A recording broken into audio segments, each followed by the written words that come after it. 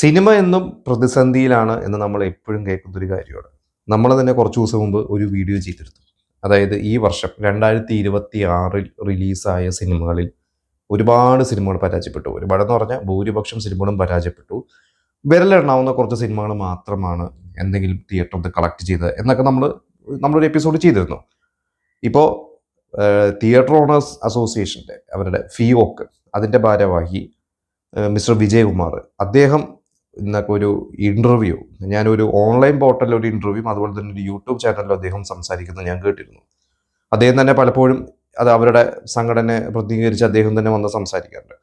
ഇതിൽ അദ്ദേഹം പ്രധാനമായിട്ട് പറഞ്ഞിരിക്കുന്നത് വളരെ എന്താ പറയുക ദയനീയമായ ഭയാനകരമായ അവസ്ഥയിലൂടെയാണ് കടന്നുപോയിക്കൊണ്ടിരിക്കുന്നത്. ഇപ്പോൾ പല തിയേറ്ററും അതേ പറഞ്ഞാൽ 100% തിയേറ്ററുകളും ഇപ്പോൾ അടച്ചിടുന്ന അവസ്ഥയാണ്. കാരണം വെറുതെ പേരിന് ഷോ കളിക്കാൻ വേണ്ടി തിയേറ്റർ ഓപ്പൺ ആക്കുന്നു എന്നുള്ളതാണ്. അദ്ദേഹം പറയുന്നത് ഒരു ദിവസം ഇപ്പൊ പണ്ട് ഫിലിമൊക്കെ ആയിരുന്നപ്പോൾ പോലെ അല്ല, ഇപ്പോൾ ഡിജിറ്റൽ ആയതുകൊണ്ട് അവരുടെ പ്രൊജക്ടറും ഈ കാര്യങ്ങളൊക്കെ ഡെയിലി പ്രവർത്തിപ്പിക്കണം. അപ്പൊ അതിനു വേണ്ടി തിയേറ്റർ തുറക്കണം. പിന്നെ ഒരു ഷോ ആണെങ്കിൽ പോലും പലപ്പോഴും ഈവനിങ് ഷോ കളിക്കും. അപ്പൊ ഇങ്ങനെയൊക്കെയാണ് പോകുന്നത്. അദ്ദേഹം പറഞ്ഞത് മെയിനായിട്ട് അദ്ദേഹം കുറ്റപ്പെടുത്തിയത് സർക്കാരിനെയാണ്. അത് ഇതിനു മുമ്പും പറയാറുണ്ട്. എനിക്കൊണ്ട് കുറച്ചു കാലം മുമ്പ് പറഞ്ഞിരുന്നത് സിനിമ സമരം പ്രഖ്യാപിക്കുന്നു എന്ന രീതിയിൽ പറഞ്ഞു. പിന്നീട് അത് സർക്കാരിനൊക്കെയുമായി സംസാരിച്ച് തൽക്കാലത്തേക്ക് സമരം വേണ്ട എന്നുള്ള രീതിയിൽ അന്ന് ഒരു സൂചന പണിമുടക്ക് അവർ പ്രഖ്യാപിച്ചിട്ടുണ്ട്. പിന്നെ അതൊക്കെ മാറ്റി. ഇപ്പൊ അവർ പറയുന്നത് സർക്കാർ ഒരു സഹായം ചെയ്യുന്നില്ല. അതായത് ഇവരുടെ പ്രശ്നങ്ങൾ പലപ്പോഴും സർക്കാരിനോട് സംസാരിക്കുമ്പോൾ സർക്കാർ മീറ്റിങ്ങിന് വിളിക്കും, പരിഹാരം കണ്ടെത്താന്ന് പറയും, പക്ഷെ പരിഹാരം കണ്ടെത്തുന്നില്ല. മെയിനായിട്ട് ഇവർ പറയുന്നത് ടാക്സിന്റെ കാര്യങ്ങളാണ്. നമുക്കറിയാം, ഒരു സിനിമ ഇപ്പോൾ ഒരു ടിക്കറ്റ് 100 രൂപയാണ് ടിക്കറ്റെങ്കിൽ അതിൽ എന്റർടൈൻമെന്റ് ടാക്സ് ഉണ്ട്, സെസ് ഉണ്ട്, കുറച്ചുണ്ട്. നമ്മൾ ആ ടിക്കറ്റ് നോക്കിക്കഴിഞ്ഞാൽ അറിയാം. അപ്പൊ ഇത് ഓൾമോസ്റ്റ് എനിക്ക് തോന്നുന്നു ഒരു 25% മുകളിൽ ഇങ്ങനെ പല കാര്യങ്ങൾക്കും പോയ ശേഷം ബാക്കി ആ ഒരു 100 രൂപയിൽ ഒരു 75 രൂപയാണ് ഷെയർ വരുന്നത്. ഇത് തിയേറ്റർ എടുക്കും, ബാക്കി ഡിസ്ട്രിബ്യൂട്ടേഴ്സിന് കൊടുക്കും. ഡിസ്ട്രിബ്യൂട്ടറും പ്രൊഡ്യൂസറും ഒരാളാണെങ്കിൽ അവർക്ക്, ഇല്ലെങ്കിൽ അങ്ങനെയാണ് അതിൻ്റെ ഒരു രീതി. അതായത് ഏകദേശം 100 രൂപയിൽ ഒരു 33 രൂപയോ 35 രൂപയോ ഒരു നിർമ്മാതാവിന്റെ കയ്യിൽ കിട്ടുന്നുള്ളൂ, ഏകദേശം ഒരു അപ്രോക്സിമേറ്റ് കണക്ക് വെച്ചിട്ട്.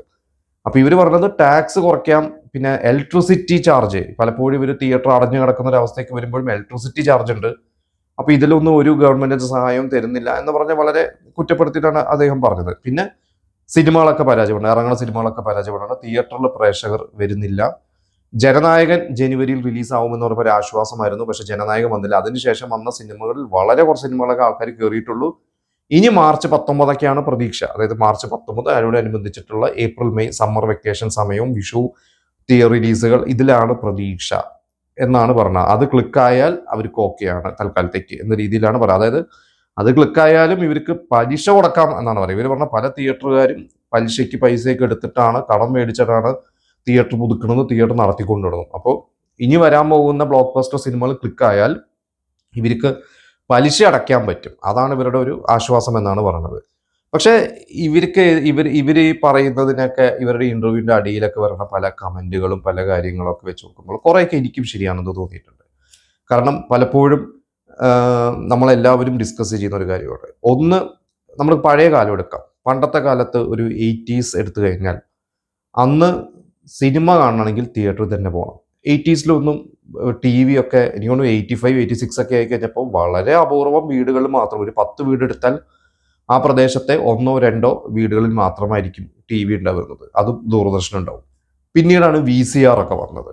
VCR ഒക്കെ സജീവമാവണതെന്ന് എനിക്ക് തോന്നുന്നു 91 ആയപ്പോഴാണ് കൂടുതൽ സജീവമാവണത്. അപ്പൊ അന്ന് സിനിമ കാണാൻ തിയേറ്റർ തന്നെ പോകും. അന്നൊക്കെ ഒരു ഫെസ്റ്റിവൽ സീസണിൽ 6 സിനിമയോ 8 സിനിമയോ ഒക്കെ ഇറങ്ങും.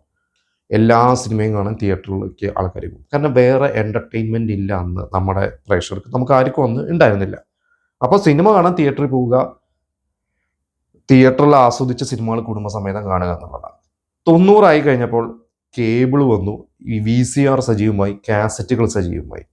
പക്ഷെ അന്നും ഒരു സിനിമ തിയേറ്ററിൽ ഇറങ്ങി 1 വർഷത്തോളം കഴിഞ്ഞിട്ട് മാത്രമേ അന്നും അത് ടി വിയിലോ അല്ലെങ്കിൽ കേബിൾ ടി വിയിൽ, അത് ദൂരദർശൻ ആയിക്കോട്ടെ, കേബിൾ ചാനലായിക്കോട്ടെ, അല്ലെങ്കിൽ കാസറ്റ് പോലും 1 വർഷം എടുക്കും ഇറങ്ങാനായിട്ട്.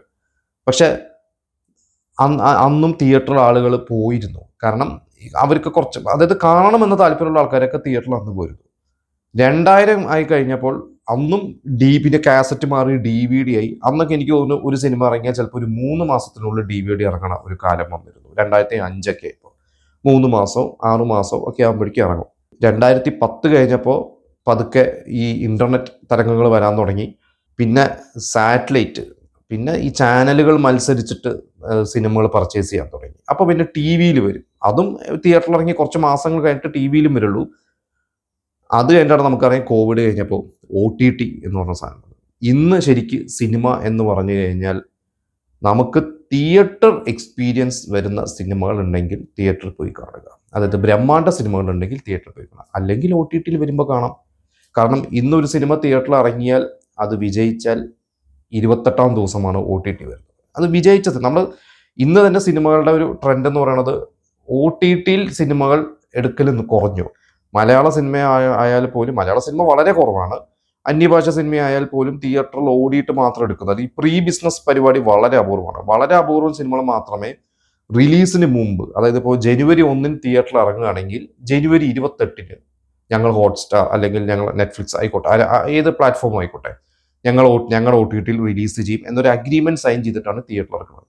അതുകൊണ്ട് തന്നെ പല സിനിമകളും നമുക്കറിയാം അത് OTTയിൽ വരും. പക്ഷെ എങ്കിൽ പോലും ബ്രഹ്മാണ്ഡ സിനിമകൾ ആളുകൾ തിയേറ്ററിൽ പോയിട്ട് കാണുന്നുണ്ട്. ഈ അടുത്തിപ്പോൾ നമുക്ക് ചത്തപച്ച എന്ന് പറയുന്ന ഒരു സിനിമ, അത് OTTയും കാര്യങ്ങളിലെല്ലാം വന്നിട്ടുണ്ട്. പക്ഷെ അത് തിയേറ്ററിൽ അത്യാവശ്യം ആളുകൾ പോയി കണ്ടു.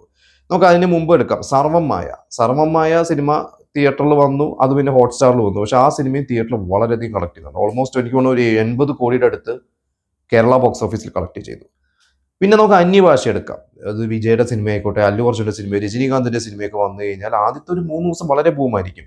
പിന്നെ ഒപ്പീനിയൻ മോശമായി കഴിഞ്ഞാൽ ചിലപ്പോൾ പണം വീഴും. പക്ഷെ ഇനീഷ്യലി ആളുകൾ നമ്മളെ കാണുന്നുണ്ട് റെക്കോർഡ് കളക്ഷൻ ഒക്കെ വരുന്നത്. ഇപ്പൊ എമ്പുരാനും റെക്കോർഡ് കളക്ഷൻ വന്നിരുന്നു. അതിന് മുമ്പ് ലിയോ എന്ന് പറയുന്ന സിനിമയ്ക്ക് 12 കോടി എന്തോ ഒരു ദിവസം per day first day collect ചെയ്തു. 4 ദിവസം കൊണ്ട് 40 കോടിയാണ് ലിയോ കേരള ബോക്സ് ഓഫീസിൽ നിന്ന് കളക്ട് ചെയ്തത്. അപ്പോൾ ആളുകൾ സെലക്റ്റീവൈസ് തിയേറ്ററുകളിൽ പോവുക എന്ന് പറയുന്ന ഒരു രീതിയിലോട്ട് എത്തി. കാരണം ഇന്ന് ടിക്കറ്റ് ചാർജ് നമുക്ക് താങ്ങാവുന്നതിനപ്പുറമാണ്. ഒരു സിംഗിൾ സ്ക്രീനിൽ പണ്ടൊക്കെയാണെങ്കിൽ 2012-13 കാലഘട്ടങ്ങളാണെങ്കിൽ ഒരു സിംഗിൾ സ്ക്രീനിൽ 60 രൂപയോ 70 രൂപയോ ഒക്കെ മാക്സിമം ഉള്ളൂ. 2005-2006 20 നമുക്ക് സിനിമ കാണാം. 2010-11 ആയി കഴിഞ്ഞപ്പോൾ ആ 20 രൂപ എന്ന് പറയുന്നത് ഒരു ഫസ്റ്റ് ക്ലാസ് എന്ന് പറയുന്നത് ഒരു 50 രൂപ 60 രൂപയായി. ഇന്ന് എറണാകുളം എന്ന് പറയുന്ന ഏറ്റവും വലിയ കേരളത്തിലെ സിറ്റി വെച്ച് തന്നെ പറയാം. എറണാകുളത്ത് ഇന്നൊരു സിംഗിൾ സ്ക്രീനിൽ ഒരു സിനിമ കാണണമെങ്കിൽ മിനിമം 150 രൂപ 160 രൂപയോ, മൾട്ടിപ്ലക്സിൽ പോവുകയാണെങ്കിൽ 200 രൂപ ഒക്കെയാണ് ഒരു നോർമൽ ഡേയ്സിലൊക്കെ വരുന്നത്. സാറ്റർഡേക്ക് കഴിഞ്ഞാൽ ചിലപ്പോൾ അത് 240 രൂപയോ.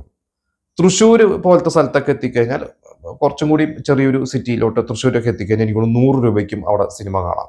കോഴിക്കോട് ഇതുപോലെ തന്നെയാണ്. പക്ഷെ എറണാകുളത്തെക്കാട്ടും കുറച്ച് ബെറ്റർ ആണ് എന്നാണ് എനിക്ക് പേഴ്സണലി തോന്നിയിട്ടുള്ളത്. അവിടെ ഈ അടുത്ത് ഒരു സിനിമയുടെ ഡിസ്ട്രിബ്യൂട്ടർ അദ്ദേഹം തന്നെ പറഞ്ഞിട്ടുണ്ടായിരുന്നു 80 രൂപയ്ക്ക് കോഴിക്കോട് ഗംഗ എന്ന് പറഞ്ഞ തിയേറ്റർ സിനിമ കാണാൻ പറ്റും. പിന്നെ മറ്റൊരു ഡിസ്ട്രിബ്യൂട്ടർ, അദ്ദേഹം പേര് പറയാത്തൊരു, എന്താ പറയുക, അദ്ദേഹത്തിന്റെ ഐഡന്റിറ്റി വെളിപ്പെടുത്താൻ പറ്റാത്തതുകൊണ്ട് അദ്ദേഹം പറഞ്ഞത് തിയേറ്ററിന്റെ ഈ ടിക്കറ്റ് ചാർജുകൾ കുറയ്ക്കണം എന്നുള്ളതാണ്.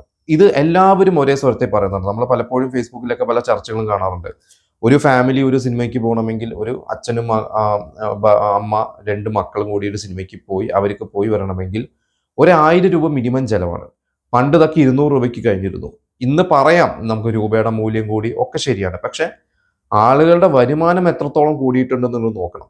അതൊരു കാര്യം. പിന്നെ ഒരു കാര്യം എന്ന് പറയുന്നത് ഇന്ന് എന്റർടൈൻമെന്റ് ഓപ്ഷൻസ് ഒരുപാടായി. പണ്ട് എല്ലാ ദിവസവും ഒരു സിനിമയ്ക്ക് വൈകുന്നേരം പോകുന്ന ഒരു രീതിയായിരുന്നു നമ്മുടെ മലയാളികളുടെ ഇടയ്ക്ക്. ഇന്ന് കാണുന്നത്, ഇന്ന് ആ ഒരു 1000 രൂപ ഒറ്റയ്ക്ക് സിനിമ കാണുകയാണെങ്കിൽ തന്നെ ഒരു 250 രൂപ ചെലവുണ്ട്. പോയി പെട്രോൾ ഉൾപ്പെടെ അടിച്ചു വരാൻ 250 രൂപ ഉണ്ട്. ഈ ഒരു 250 രൂപ കൊടുത്തു കഴിഞ്ഞാൽ വീട്ടിലെ അത്യാവശ്യം ഒരു ഹോം തിയേറ്റർ സെറ്റപ്പ് ചെയ്തിട്ടുണ്ടെങ്കിൽ വീട്ടിലെ വലിയ സ്ക്രീനിൽ ഒരു മാസം നെറ്റ്ഫ്ലിക്സോ അല്ലെങ്കിൽ ആമസോൺ പ്രൈം ഏതോ ആയിക്കോട്ടെ ഒരു പ്ലാറ്റ്ഫോം, ഞാൻ പറഞ്ഞ ഒരു ഏകദേശം പറയാണ്, ഒരു മാസം കാണാൻ പറ്റും. ഈ തിയേറ്ററിൽ പോകുന്ന പ്രശ്നങ്ങൾ, ചെലവും, ആ ഒരു ബ്ലോക്കിൽ വിട്ട് കിടക്കേണ്ട, അങ്ങനെ അത്രയും ബുദ്ധിമുട്ട് വേണ്ട. അപ്പൊ നമ്മൾ തിയേറ്ററുകാർ ചെയ്യേണ്ടത്, അല്ലെങ്കിൽ എല്ലാ അസോസിയേഷൻകാരും കൂടി, തിയേറ്റർ ആയിക്കോട്ടെ, പ്രൊഡ്യൂസേഴ്സ് ആയിക്കോട്ടെ, താരങ്ങളുടെ അസോസിയേഷനും നിർമ്മാതാക്കളുടെ നമ്മുടെ ഈ ടെക്നീഷ്യൻസിന്റെ FEFCA ആയാലും ഇവരൊക്കെ കൂടി സഹകരിച്ച് ചെയ്യേണ്ട ഒരു കാര്യം, പല ചർച്ചകൾ കേൾക്കുന്നതും എനിക്ക് പേഴ്സണലി തോന്നുന്നത് കൂടിയാണ് ഞാൻ ഈ പറയുന്നത്, ടിക്കറ്റ് ചാർജുകൾ കുറയ്ക്കുക. നമ്മൾ പറയും ഇപ്പൊ തിങ്കളാഴ്ച എടുത്ത് ഒരു സിനിമ വെള്ളിയാഴ്ച ഇറങ്ങി, ഒരു ആവറേജ് ഒരു സിനിമയാണ്, അഭിപ്രായം കിട്ടി. ശനിയും ഞായറും കുറച്ച് ആളുകൾ, തിങ്കളാഴ്ച ആയി കഴിഞ്ഞാൽ ഇപ്പം എറണാകുളത്ത് തന്നെ കാണാം ഒരു 10 സ്ക്രീനിൽ ആ സിനിമകൾ ഉണ്ടാവും, മൾട്ടിപ്ലക്സുകൾ ഉൾപ്പെടെ മിനിമം. ഇതിൽ തിങ്കളാഴ്ച ഒരു ഉച്ചയ്ക്കൊക്കെ ചെന്ന് കഴിഞ്ഞാൽ ഒരു 10 പേരോ 15 പേരോ ചിലപ്പോൾ തിയേറ്ററിൽ ഉണ്ടാവുള്ളൂ. എറണാകുളത്ത് ഈ അടുത്തൊരു പ്രമുഖ സിനിമ കാണാൻ വേണ്ടി ഞാൻ ഇവിടുത്തെ പ്രമുഖ തിയേറ്ററിൽ പോയപ്പോൾ മിനിമം 10 പേരുണ്ടെങ്കിലേ ഷോ നടത്തുള്ളൂ എന്ന് പറഞ്ഞ് ഏകദേശം ഒരു 8 പേര് മാത്രമേ വന്നുള്ളൂ. ഷോ ക്യാൻസലായി. അത് ഏകദേശം ഒരു 500 ആളുകൾ ഇരിക്കേണ്ട ഒരു എന്താ പറയുക കപ്പാസിറ്റികളാണ്, 500-ന് മുകളിൽ കപ്പാസിറ്റിയുള്ള ഒരു സിംഗിൾ സ്ക്രീൻ തിയേറ്ററാണ്. ആ ടിക്കറ്റിന്റെ ചാർജ് എന്ന് പറയുന്നത് 160 രൂപ എന്താണ്. ഒരു പക്ഷേ ഇവർ ഈ ടിക്കറ്റ് ചാർജ് കുറച്ചിരുന്നെങ്കിൽ, അല്ലെങ്കിൽ ഇപ്പോൾ ഇവർ പറയേണ്ടത് തിങ്കളാഴ്ച ഈ ഷോ ഞങ്ങൾ ടിക്കറ്റ് ചാർജ് പകുതിയാക്കുകയാണ് എന്ന് പറഞ്ഞൊരു പരസ്യം ചെയ്തിരുന്നെങ്കിൽ ചിലപ്പോൾ ഈ 8 പേര് കാണാൻ വന്നത് ചിലപ്പോൾ ഒരു 18 30 പേര് വന്നേനെ. പിന്നെ നമ്മളറിയാം, ഇന്ന് നമുക്ക് ഒരു സാധനം വാങ്ങാൻ വേണ്ടി നമ്മൾ പോകുമ്പോൾ ഒരു സാധാരണ ഒരു തുണിക്കട, ഒരു റോഡ് സൈഡിൽ വിൽക്കുന്ന ചെറിയൊരു റോട്ടിലിട്ട് ഒരു ടീഷർട്ട് വിൽക്കുന്ന ഒരു വിൽപ്പനക്കാരൻ മുതൽ വലിയ ഒരു മാള്, ഇപ്പോൾ ലുലു മാൾ തന്നെ ആയിക്കോട്ടെ, അവരെല്ലാ മാസവും ഓഫർ ഇടുന്നുണ്ട്. ലുലുവിൽ 50% ഓഫർ, അല്ലെങ്കിൽ നമ്മൾ 1 get 1 ഫ്രീ, എല്ലാ കച്ചവടത്തിലും അതുണ്ട്. സിനിമ ടിക്കറ്റിൽ മാത്രം ഇല്ല. ഇടയ്ക്ക് PVR പോലത്തെ ചില ആപ്പുകാർ അവരിത് ചെയ്യുന്നുണ്ട്. അവരെനിക്ക് തോന്നുന്നു എത്ര ഒരു കാർഡ് മേടിച്ചാൽ 3 സിനിമകൾ, പല ആപ്പുകളും അങ്ങനെ ചെയ്യുന്നുണ്ട്, ഞാൻ ഇല്ല എന്ന് പറയുന്നില്ല. പക്ഷെ എങ്കിലും എന്തുകൊണ്ട് ഇവിടുത്തെ തിയേറ്റേഴ്സിനെ അങ്ങനെ ചെയ്തുകൂടാ?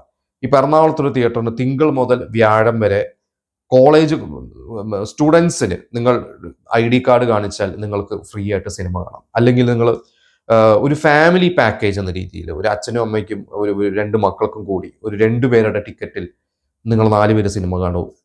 ഇങ്ങനെ ഒരുപാട് ഓഫേഴ്സ് നമുക്ക് കൊടുക്കാം. അല്ലെങ്കിൽ ഒരു 10 ടിക്കറ്റ് ഒരുമിച്ച് ബുക്ക് ചെയ്ത് കഴിഞ്ഞാൽ 2 ടിക്കറ്റ് ഫ്രീ. ഇവിടെ ഒരു ടിക്കറ്റ് എടുത്താലും 10 ടിക്കറ്റ് എടുത്താലും ഒരേ പൈസയാണ്. ഈ ഒരു രീതി മാറാതെ മലയാള സിനിമ വ്യവസായം തന്നെ രക്ഷപ്പെടില്ല, പ്രത്യേകിച്ച് കേരളത്തിൽ. കാരണം നമ്മൾ മറ്റ് നാട് പോലെയല്ല. അപ്പം തമിഴ്നാട്ടിലെ കുറിച്ച് ഫിലിം മേക്കേഴ്സ് തന്നെ പറയുന്ന ഒരു കാര്യമാണ്, തമിഴിലോ ആയാലും ആന്ധ്രയിലോ തെലുങ്കാനയിലോ ഒക്കെ ഇവിടത്തെക്കാട്ടും കൂടുതൽ അവർ സിനിമയെ നെഞ്ചിലേറ്റുന്നവരാണ്. അവർക്ക് സിനിമയെ കുറച്ചും കൂടിയും അവരുടെ ഒരു ജീവിതത്തിന്റെ ഒരു ഭാഗമാണ്. മലയാളികൾ ഒരു എന്റർടൈൻമെന്റിലുപരി അവരങ്ങനെ സിനിമയെ ഭ്രാന്തമായി സ്നേഹിക്കുന്നവർ കുറവാണ്. അതുകൊണ്ട് തന്നെ ഇനി അങ്ങോട്ടുള്ള കാലം സിനിമ കാണാൻ തിയേറ്ററിലുള്ള ആളുകളെ ആകർഷിക്കാൻ പല വഴികൾ നോക്കിയില്ലെങ്കിൽ ഇനി എത്ര കാലം സിനിമാ വ്യവസായം നിലനിൽക്കുമെന്ന് പറയാൻ പറ്റില്ല. പിന്നെ എൻ്റെ അടുത്ത് ഈ അടുത്തൊരു സിനിമയ്ക്കകത്തുള്ള സുഹൃത്ത് പറഞ്ഞതാണ്, ഈ ഒരു പരിധിക്കപ്പുറത്തോട്ട് തിയേറ്ററുകാരും ഇതിലൊരു എഫേർട്ട് ഇടാത്തത്. അവർക്ക് ഒരു ബ്രഹ്മാണ്ഡ സിനിമ വന്നു കഴിഞ്ഞാൽ, ഇപ്പോൾ ഒരു എമ്പുരാൻ പോലത്തെ ഒരു സിനിമ വന്നു കഴിഞ്ഞാൽ നല്ലൊരു കളക്ഷൻ കിട്ടും. ഒരു അല്ലു അർജുൻ സിനിമ, വിജയ് സിനിമ, അതായത് എല്ലാ മാസവും അല്ലെങ്കിൽ 2 മാസം കൂടുമ്പോൾ ഒരു ബ്രഹ്മാണ്ഡ സിനിമ വന്നു കഴിഞ്ഞാൽ അവരുടെ കാര്യം സേഫാണ്. അതുകൊണ്ട് അവർക്ക് പിന്നെ ഒരു മാസം വെറുതെ ഇരുന്ന് കഴിഞ്ഞാൽ ആൾ കയറിയില്ലെങ്കിൽ അവരെ വലുതായിട്ട് ബാധിക്കില്ല എന്ന് പറയുന്നത് എത്രത്തോളം സത്യം ഉണ്ടെന്ന് അറിയില്ല. ഇനിയിപ്പോൾ എന്തായാലും മാർച്ച് 19-ന് ദുരന്തർ 2 വരുന്നുണ്ട്, ടോക്സിക് വരുന്നുണ്ട്, ആട് 3 വരുന്നു. അത് കഴിഞ്ഞാൽ പിന്നെ ദൃശ്യം വരുന്നുണ്ട് ഏപ്രിലിൽ. പാട്രിയോട്ട് എന്ന് പറയുന്ന ഒരു സിനിമ, മമ്മൂട്ടി മോഹൻലാലൊക്കെ അഭിനയിക്കുന്ന മലയാളത്തിലെ ഏറ്റവും ബിഗ് ബഡ്ജറ്റ് സിനിമയാണ് വരാൻ പോകുന്നത്. ഇത്രയും സിനിമകൾ വരുന്നുണ്ട്. ഇതൊക്കെ കാണാൻ എന്തായാലും ആൾക്കാർ വരും. പക്ഷേ ഇതിൽ ഏതെങ്കിലും സിനിമകൾക്ക് അഭിപ്രായം മോശമായാൽ പിന്നെ ആളുകളൊന്നും മടിക്കും, ഇനി OTT വരട്ടെ കാണാം എന്നുള്ള ഒരു ചിന്തയിലോട്ട് പോകും. അതുകൊണ്ട് ഈ പറയുന്ന തിയേറ്റർ നിലനിൽക്കണമെങ്കിൽ ടിക്കറ്റ് ചാർജുകളുടെ കാര്യം തിയേറ്ററുകാരും കൂടിയും അതിലെന്തെങ്കിലും ഒരു സംഭവം ആലോചിച്ചേ പറ്റൂ. പിന്നെ സിനിമാക്കാർ ചിന്തിക്കേണ്ടത് OTTക്ക് വേണ്ടി അല്ലാതെ, അതായത് തിയേറ്ററിന് വേണ്ടിയുള്ള സിനിമകൾ ചെയ്യണം. ആളുകൾ അട്രാക്ട് ചെയ്യുന്ന സിനിമകൾ, തിയേറ്ററിൽ വന്ന് എൻജോയ് ചെയ്യാൻ പറ്റുന്ന സിനിമകൾ ചെയ്തില്ലെങ്കിൽ തിയേറ്ററുകൾക്ക് നിലനിൽക്കാൻ പറ്റില്ല. ഈ അടുത്ത തമിഴ്നാട്ടിൽ പൊങ്കൽ വന്നു. പൊങ്കലിന് പരാശക്തിയും അതുപോലെ തന്നെ ജീവയുടെ ഒരു സിനിമയും വേറെ 1-2 സിനിമകളൊക്കെ വന്നു. അത് ജീവയുടെ സിനിമയായിരുന്നു ഓടിയത്. അതിനെക്കുറിച്ച് അവിടുത്തെ പ്രമുഖരെന്ന് പറഞ്ഞു അത് എൻജോയ് ചെയ്യാൻ പറ്റുന്ന ഒരു സിനിമയാണ്, അതുകൊണ്ട് ആ സിനിമ ഓടി. അപ്പുറത്ത് സംക്രാന്തി എന്ന് പറയുന്ന തെലുങ്കിലെ അവരുടെ ആഘോഷം, അവിടെ വന്ന സിനിമകളിൽ 5 സിനിമകളിലും 5 സിനിമയും ആഘോഷിക്കാൻ തരത്തിലുള്ള സിനിമകളായതുകൊണ്ട് എല്ലാത്തിനും അതിൻ്റെതായ ഒരു ഓഡിയൻസ് വന്നു, അത്യാവശ്യം കളക്ട് ചെയ്തു. അപ്പോൾ തിയേറ്ററിൽ നിന്ന് നമ്മൾ ഫെസ്റ്റിവൽ സിനിമകൾ, ഒരു വിഷുവിന് വളരെ ആഘോഷിക്കാൻ പറ്റിയ സിനിമകൾ വരണം. അല്ലാതെ വളരെ ഒരു ഡാർക്ക് മൂഡിലുള്ളൊരു സിനിമയോ അല്ലെങ്കിൽ വളരെ ശ്വാസം മുട്ടുന്ന തരത്തിലുള്ള ഒരു സിനിമകളൊക്കെ അത് OTT ചിലപ്പോൾ വർക്കാവുമായിരിക്കും, തിയേറ്ററിൽ ചിലപ്പോൾ ആവില്ല എന്നുള്ള ഞാൻ ഈ പറയുന്നതിൽ പലപ്പോഴും നിങ്ങൾക്ക് പലർക്കും വിയോജിപ്പുണ്ടാവാം. പക്ഷേ ഇത് ഒരു പൊതുവായിട്ടുള്ള ഒരു അഭിപ്രായം ആണ് ഞാനിവിടെ ഷെയർ ചെയ്യുന്നത്. ഒരുപാട് പേരോട് സംസാരിച്ചിട്ടുള്ള അഭിപ്രായമാണ്. അപ്പോൾ ആഘോഷിക്കപ്പെടുന്ന സിനിമകൾ തിയേറ്ററിൽ വരട്ടെ. പിന്നെ ഒരാഴ്ച പണ്ടത്തെ പോലെയല്ല, ഇന്ന് ആളുകൾക്ക് ഒരു സിനിമയൊക്കെ കാണാനേ കാശുണ്ടാവുള്ള ഒരാഴ്ച. അതുകൊണ്ട് 5-6 സിനിമകൾ ഒരുമിച്ചിറങ്ങാതെ, ഇപ്പോൾ കുറച്ച് കഴിഞ്ഞതിന് മുമ്പത്തെ ആഴ്ച എനിക്ക് തോന്നുന്നു ഒരു 7 സിനിമയാണ് ഇറങ്ങിയത്. അതിൽ താരങ്ങളുടെ സിനിമകൾ ഉൾപ്പെടെ, അറിയപ്പെടുന്ന താരങ്ങളുടെ സിനിമകൾ ഉൾപ്പെടെ ഇറങ്ങി. ചിലപ്പോൾ അതിൽ ഒരു സിനിമ ഓടും, എല്ലാ സിനിമയും ചിലപ്പോൾ മോശമായിട്ടും വരാം. കാരണം ആളുകൾ കൺഫ്യൂസ്ഡ് ആവും ഇതിൽ ഏത് സിനിമയ്ക്ക് പോകണം. അപ്പോൾ 1-2 സിനിമ ഇറങ്ങട്ടെ, അങ്ങനെ ഇവർ പ്ലാൻ ചെയ്ത സിനിമകൾ റിലീസ് ചെയ്യട്ടെ, ഇവർ അങ്ങോട്ടും ഇങ്ങോട്ടൊക്കെ ചർച്ച ചെയ്ത് ഒരു ആരോഗ്യപരമായ എന്താ പറയുക ഹെൽത്തി കോമ്പറ്റീഷൻ ആയിക്കോട്ടെ. പക്ഷെ അതല്ലാതെ എല്ലാവരെയും അങ്ങോട്ടും ഇങ്ങോട്ടും അടിച്ചിട്ടിട്ട് വെറുതെ ആർക്കും ഗുണമില്ലാത്ത രീതിയിൽ സിനിമാ ലോകം ആവരുത്. അപ്പോൾ ഞാൻ ഈ പറഞ്ഞ കാര്യങ്ങൾ നിങ്ങൾക്ക് യോജിപ്പാണെങ്കിലും ടിക്കറ്റ് ചാർജുകളെ കുറിച്ചും ഈ സിനിമകളുടെ കുത്തൊഴുക്കുകളെ കുറിച്ചും സിനിമകളുടെ പ്രതിസന്ധികളെ കുറിച്ചും നിങ്ങൾക്ക് തോന്നുന്ന കാര്യങ്ങൾ നിങ്ങൾ നമുക്ക് കമൻറ്റ് ചെയ്യുക.